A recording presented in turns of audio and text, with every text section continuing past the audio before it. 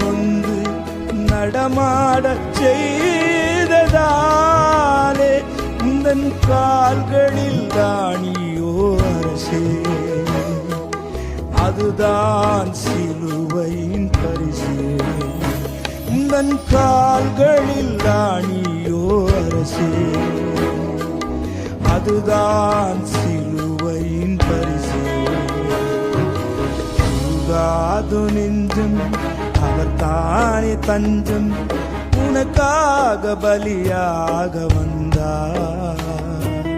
கலங்காத கண்கள் வழியாத கண்ணீர் கல்வாரி காட்சியை கண்டு, கல்வாரி காட்சியை கண்டு. உருகாது நெஞ்சம்